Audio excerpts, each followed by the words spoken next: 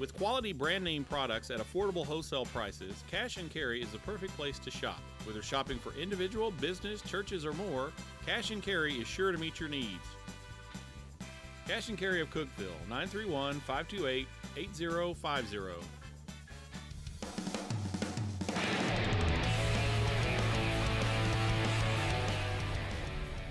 All right, how's it going here on the Dewayne Alexander Show, presented by IWC Cash and Carry? Got the star of the show, Tennessee Tech head coach Dewayne Alexander. I'm your host, Dylan Vazzano. Well, this feels good to say, Coach. Tennessee Tech is home, and the Golden Eagles are here to stay. 2-game homestand. It begins Saturday night against Eastern Illinois. We're excited to be home. We certainly have had a tough road stretch here to open the season, 3 of our first 4 being away, and we are excited to be back in Tucker Stadium in front of our home fans, and looks like the weather's going to clear out this week and have some great fall weather and some good weather for the home game on Saturday against EIU, and then follow that up with SEMO at home. So we're excited to be back into OVC play and playing in Tucker Stadium. Well, as you mentioned, OVC play, and of course, as we do with every show, recap the last game, a contest against Jacksonville State in Jacksonville. A couple plays here and there, and maybe it's a different story. Well, our football team competed hard. We played the entire game. As hard as we could play. We played made some good plays.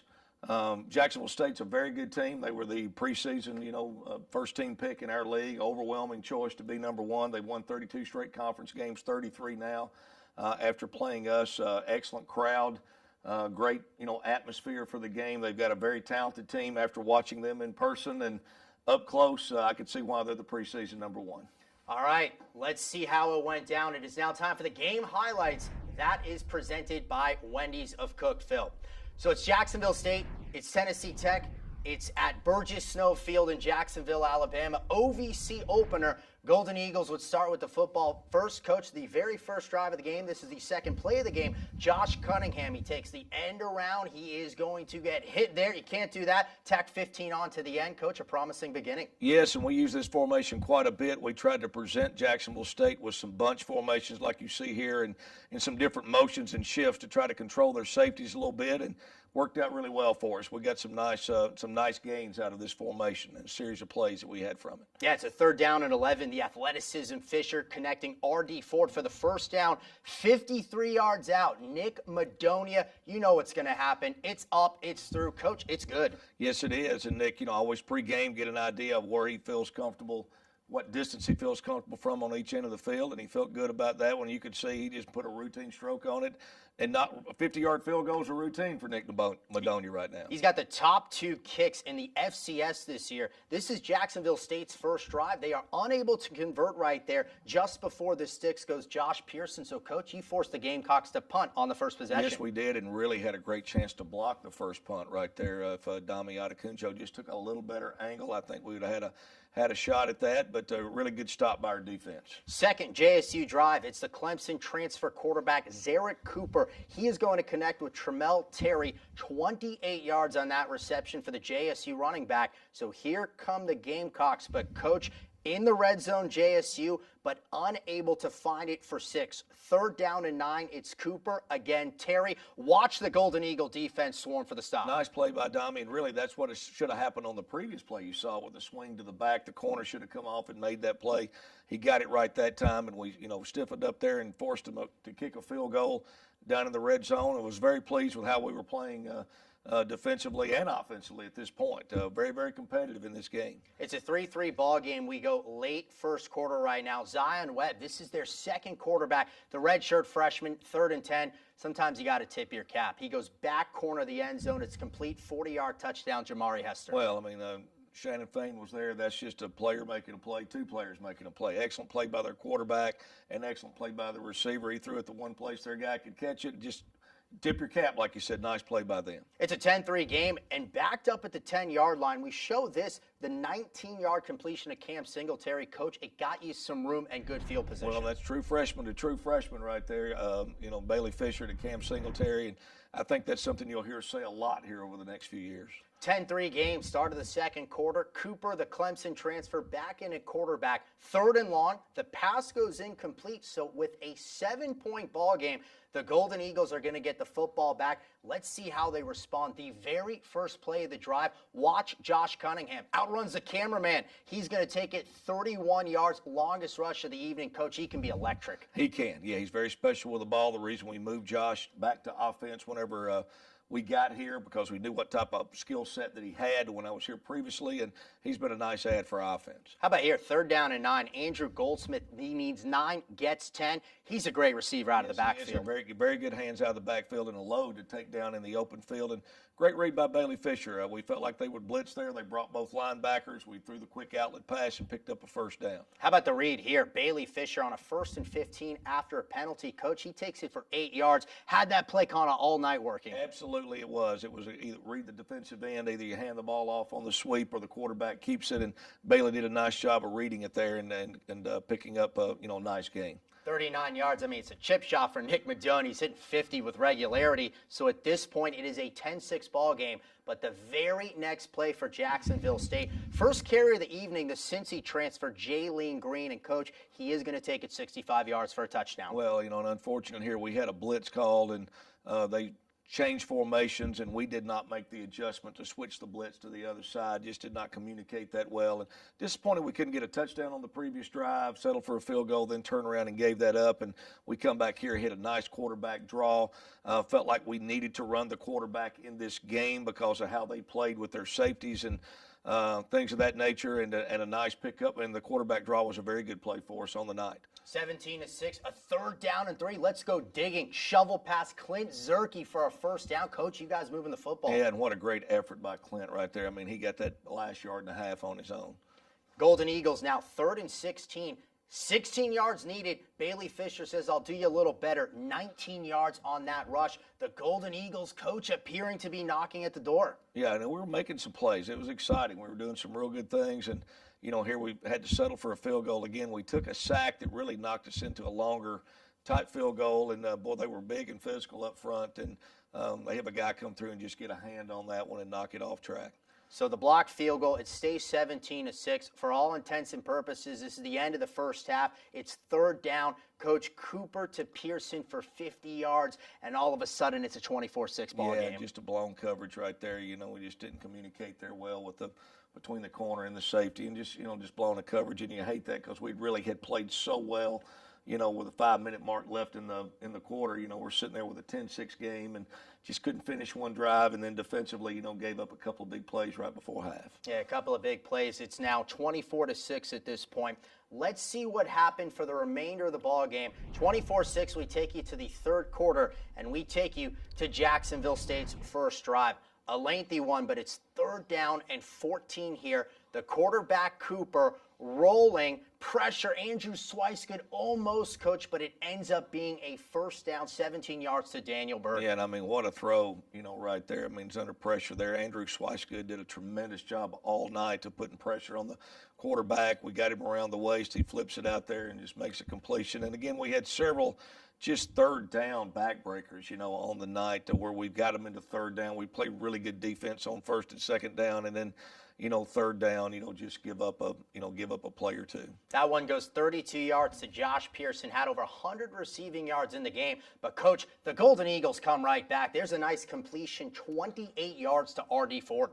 Yes, very excited. R.D. made a nice, you saw in the first drive of the game, made a nice 1st down catch to get us a 1st down. Then he made a nice play there, and it was good to see R.D. make some plays. It's a 31-6 game. This is a 4th down play. You go for it. Bailey Fisher on 4th and 9. He collects 19 on the play. Gets the ball now to the 20-yard line. So the Golden Eagles, after that 4th down conversion, Coach, you guys will come right back. The very next play, we see Fisher with the legs. Let's see his arm. Freshman to freshman, 20-yard touchdown pass to Jeremiah Edwards. Well, very good route, nice throw, nice catch, nice protection. And, the previous play, they're playing a lot of man coverage, and they're playing man coverage. So we tried to isolate the matchups that we wanted in man and take some shots. And we completed several long balls, in the game. Our receivers, the most productive game our receivers have had all year. Our receivers, a lot of different receivers, made a lot of big plays in the game, and that was very good to see. We see Andrew Swicegood right there. I know you discuss the kind of game he had.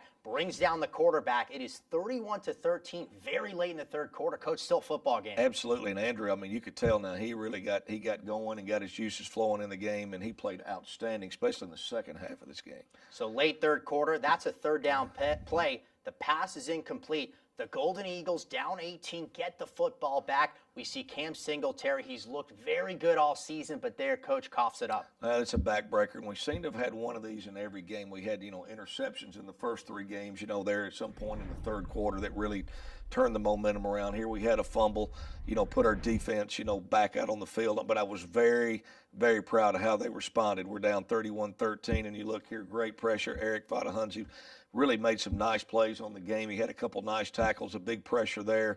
Unfortunately, we don't come up with a turnover, but a big hit on the quarterback caused a fumble. And when you defensively, when you have to go in on a short field, either want a turnover or make them kick a field goal. One or the other. And they went in and at least forced the field goal, had a chance for the turnover.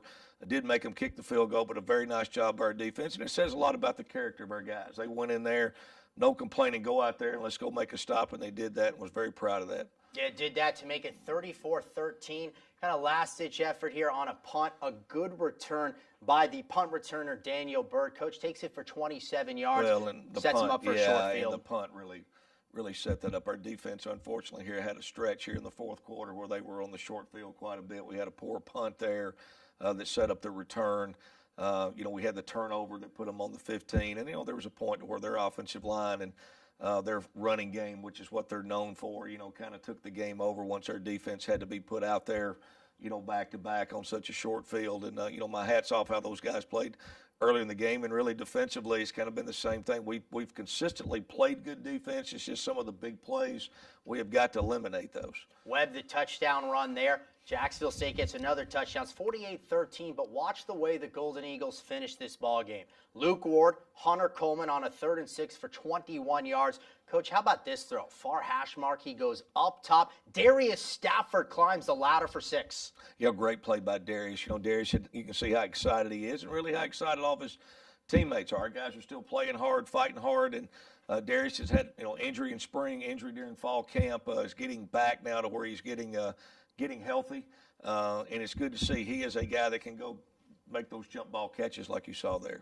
So the game ends 48-20, but Coach, it looked like some positive things for the football team. One of the things got to point out, the rushing yard total for Tennessee Tech. 142 yards rushing. Jacksonville State had gone 8 straight regular season games holding an opponent under 100 yards. Seemed like the team was able to move the football. They were. A very good plan by our offensive staff. They're very aggressive with their safeties, played man coverage with their corners, put that extra guy down in there to try to stop the run. Thought we had a really nice plan how to keep those guys out of the box and did some nice things running with our quarterback and with our running backs as well. So it was good to see. And really, some of this yardage come, late in the game. Where we wore down, really, I was very pleased with the time of possession and some things we did in the first half of the game. The big play right before half, and then the turnover right there at the end of the third quarter really were the two backbreakers of the game. One of the things you got to look at, the bottom left, Josh Poplar, Coach, he played almost the entire game, had 13 tackles. Oh, yeah, played 77 snaps. We were down to Derek Moore and down Randy Lewis in this game, both out with injuries. And so Josh, the most snaps he played in any game to this point had been 30, coming off his injury. So he played 77 snaps and played outstanding. And he's just a quality young man, and he played outstanding game here. Tennessee Tech and Jacksonville State, they, of course, both opened their respective OVC slates.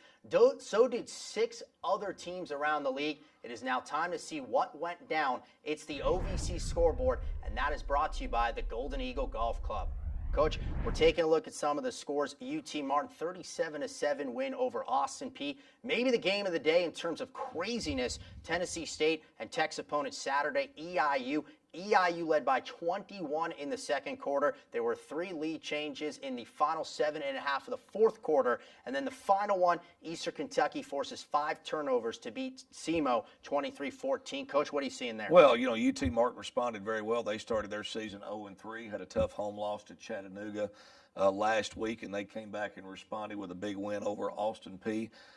Tennessee State, crazy game that was. We've already watched the tape on that one, and really the controversial call there at the end where TSU had fumbled the ball going in. inadvertent whistle had blown it down, and but a very, very close game. And then, of course, Eastern Kentucky and SEMO. SEMO, I've been very impressed with how they've played early in the year. So both those teams are very, very good to me. Starting the season, I've been impressed with Eastern Kentucky and SEMO here early in the year. You look at the standings, and I don't know if there's been a tougher schedule in FCS football. Chattanooga was just nationally ranked. They're 4-0. They had a big win against Sanford. Combined opponents that you guys have played are 13-3. Yes, they are, and the FCS opponents we played, their losses have been to, FBS programs. Kennesaw State has scored, since they played us, 63 points and 70 points respectively in their last two games. They're up to 4th in the country right now. Jacksonville State is ranked 9th. Utah State beat Air Force handily by 2 scores this past Saturday in a big game for them. So our schedule's been very tough, but it's certainly made us better. And we've got a lot of football left, 7 big OVC games left. Sergeant York Trophy still out there, so we're good to go. Well, as Coach said, there's a lot of football left. There's still a lot of this show left. When we return from a quick break, we will have the player profile, we'll have them mic'd up, and a little bit later we will discuss the matchup Tennessee Tech and Eastern Illinois. All of this to come right here on the Dwayne Alexander Show. More Tennesseans are turning to the state's best public university, Tennessee Tech. Tech produces bold, fearless, confident graduates who get an outstanding return on investment, who graduate with the least debt in the South, almost half with no debt, earning higher mid-career salaries than graduates from other public universities. Tennessee Tech, just like our state, is soaring to great heights. As president, I encourage you to learn more about Tennessee Tech. We transform lives every day. Tech is Tennessee. We are more than just athletes. We inspire scholars. We inspire leaders. We inspire champions. We inspire family. This is the Ohio Valley Conference. Back again on the Dwayne Alexander Show, presented by IWC Cash and Carry. Coach, it is now time for the player spotlight. And in this one that we have today, who is the offensive player of the week for your team? Darius Stafford, wide receiver from Memphis Kirby High School. Well, Darius Stafford is our player profile. Let's tell you more about his story. It's now time for the player profile segment, and that is brought to you by the OVC Digital Network. I'm Darius Stafford. I'm a redshirt junior, and I play receiver. My major is business management, and after I graduate, I'm looking forward to working for a company like AT&T, be a store manager there.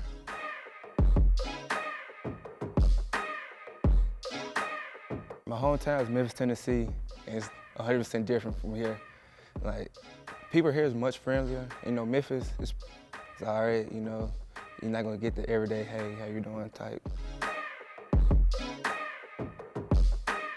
I would say my earliest start playing organized football was middle school, like 6th grade going to the 7th, but I really started playing like football for like a school. And my earliest memory was playing corner, and I got my first interception. I would say what motivates me every day, each week is just seeing my teammates get better every day, seeing them grinding, and just want to be the same for them, be there. I got injured week 2 of last year, fractured my pelvic, and I was forced to miss the rest of that season. So after that, had surgery like around December, and it took like 3 to 4 months rehabbing, and I was able to get back in the spring. So rehabbing was basically me just trying to get my mobility back, flexibility in my hip, just building back my speed, and that extra gear that took out of me after surgery. One of my personal goals I have to be all conference this year after this season.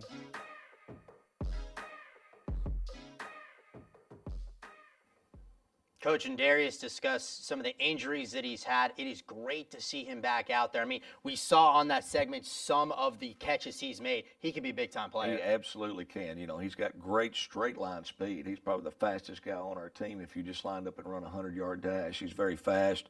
I was here when we recruited Darius out of high school whenever I was an assistant coach here on the staff. As you can see in that tape now, he's an outstanding young man, just a quality young man, got a big smile, a lot of positive energy from him.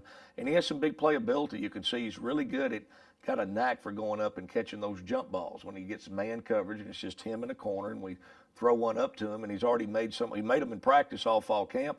And now that we're getting him healthier and healthier, he's already starting to make some of these in games, and we hope he's going to be a big factor here down the stretch for us. It was great to see him get that touchdown at Jacksonville State. Well, Coach, got another question for you. Who is Darius's position coach? Coach Adam Mims. Coach Adam Mims. How about this for a transition? He is our Mic'd Up. Let's roll the film. Time for Mic'd Up. That is brought to you by Pepsi. Good. Let's go now. Give y'all plenty of time to get ready. Let's go. Why y'all doing this, man? Y'all chill, man.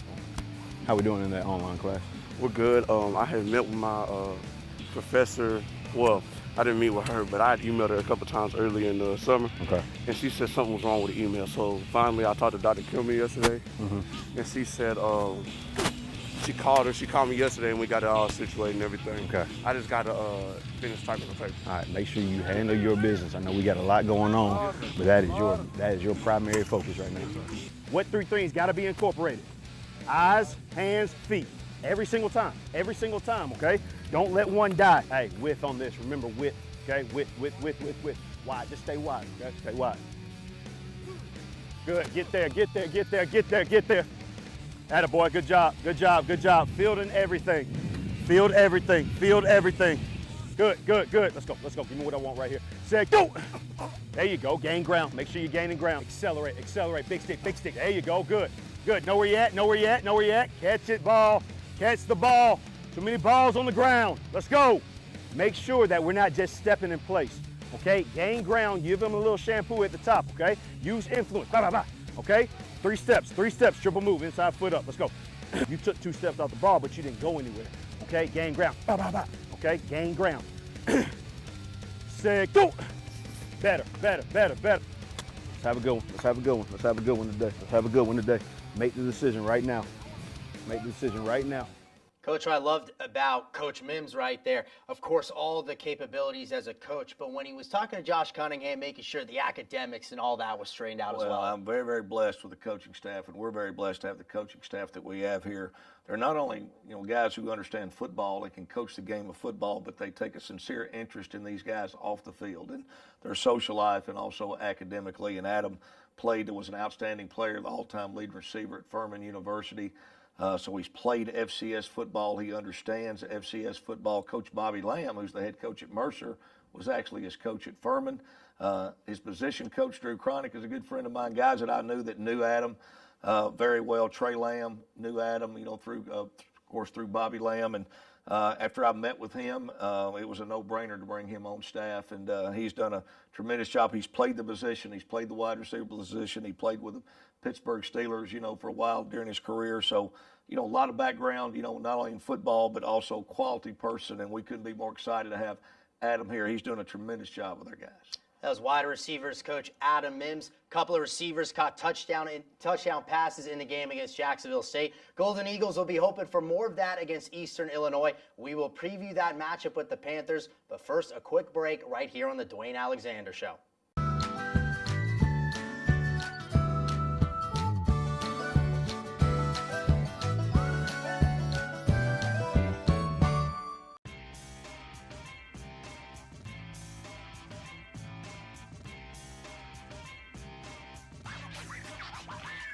One hit high and deep. Back of the end zone. Brown got it. Moore drives inside. Put it up. This one swung and missed it. Now Smith again. Block point Tech. Nice turnaround by Johnson. Near post. Kick in. Any place, anytime. Find it here. The OVC.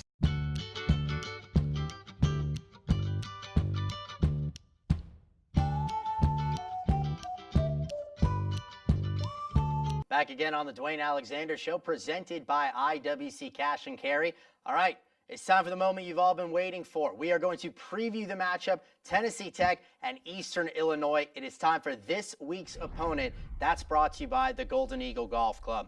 Coach, excitement to be back at home, back inside Tucker Stadium. What have we seen from EIU this year? Well, EIU has scored a lot of points offensively. Very good offensive football team. They've put up points. They had 41 points against TSU last week. Their Indiana State score, was a shootout in that game. They played a very good schedule like we have, early in the season. They lost a heartbreaker to TSU, last week by 1 point in a game that really they were in control of for the first half of the game. And but very good team, always good on offense, run a lot of tempo, spread, throw the ball, as you can see here, down the field. They've got very good receivers, very good skill players. Defensively, they've given up a few points, but they're always very active and get after you. And EIU has been one of those programs here over the last, since they've come into the OVC, they're always a consistent playoff contender and a consistent contender for the championship. They have been since Coach Spoo was there, and through even the different coaches that they've had, they've always been able to attract very good skill players and good football players, and always a quality program that's in the top half of our league every year. Hey, you hear some of the EIU quarterbacks of yesteryear, your Tony Romos, your Jimmy Garoppolo's. They got a Tulane transfer this year, Coach Jonathan Brantley. What do we know about him? Well, he brings a lot to the table. He can run and throw, and I was on staff when Tony Romo was the quarterback back in 97 and 98, and I was on staff when Jimmy Garoppolo was here. And this young man is very talented as well. He does a lot of good things and brings a lot to the table, and certainly we'll have our hands full trying to contain him. We've already played against some dual threat quarterbacks already this year that have the ability to run and throw, and hopefully that preparation has helped us. Our tough preseason schedule that we've had before the conference schedule should really help us, hopefully, going into this game. All right, Coach, I know you got to be excited. You get back home Saturday night, Tucker Stadium. Good luck out there. Man, we're excited. Everybody come out for the Eagle Walk, and our guys are excited to be back at home. And I know this football team is going to play hard and represent Tennessee Tech well, so everybody come out and hope to see you at Tucker Stadium, 6 o'clock. 6 o'clock, Saturday night, Tennessee Tech and Eastern Illinois. Good news is you don't even have to change a channel. It's right on WCTE. If you want to stream the game as well, that's on ESPN+. You can listen to it on 98.5 KISS FM. And, of course, you can read all about what happened in the Cookeville Herald-Citizen. For Coach A, I'm Dylan. We say goodbye and wings up here on the Dwayne Alexander Show.